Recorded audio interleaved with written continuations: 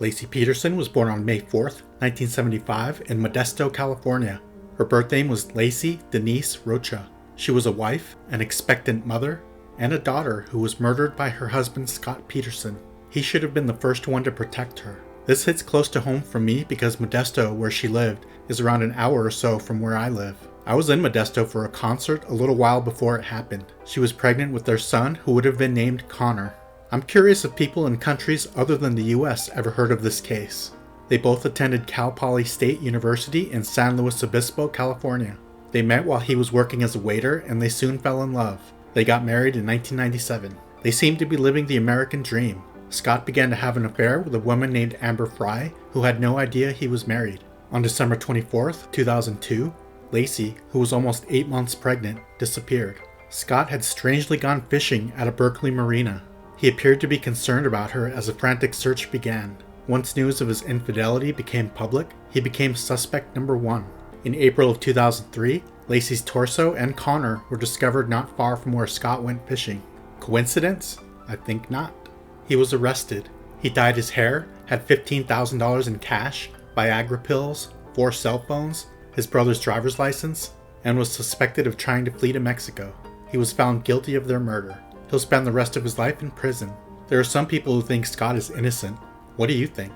Laci was 27 years old. Shannan Watts was born on January 10, 1984 in Clifton, New Jersey. Her birth name was Shannan Rusek. She was the murder victim of her husband, Chris Watts. They had 2 children together, Bella, who was 4 years old, and Celeste, who was 3. Shannan was pregnant with a son who would have been named Nico. I'm curious if people outside of the United States have heard of this case. They were married in 2012. They moved to Frederick, Colorado from North Carolina in 2013.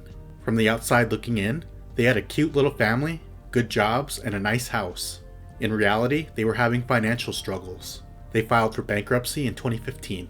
She posted a lot of her family on social media, maybe a little too much. That monster Chris started cheating on her with a younger coworker named Nicole, and he wanted a new life. Shannan died in 2018 after she returned home from a business trip. He told her he wanted a divorce and admitted to the affair. She said she was going to ruin him and he snapped. At least that's how it happened in the made-for-TV Lifetime movie. He ended her life, his unborn son, and his 2 baby girls. Wiped out his whole immediate family. At first he lied and blamed Shannan for ending the lives of his daughters. I hated the TV interview he gave about missing them. Like a moron, he took a lie detector test soon after his heinous crimes. He failed it.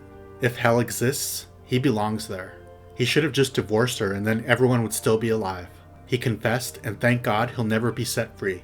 Do you think he had this all planned out or was it a bad choice in the moment? Shannan was 34 years old.